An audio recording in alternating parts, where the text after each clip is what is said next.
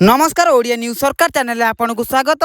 वर्तमान बड़ खबर माड़ी आसुची लघुचाप। आज राज्य में प्रबल अति प्रबल वर्षा नहीं 15 जिला को येलो वार्निंग जारी। जदियो वीडियो को प्रथम करके देखुए वीडियो को लाइक करने सहित चैनल को सब्सक्राइब कर पाखर आसुवा बेल आइकन को दबाई देवे सर्वप्रथम आम वीडियो देखा।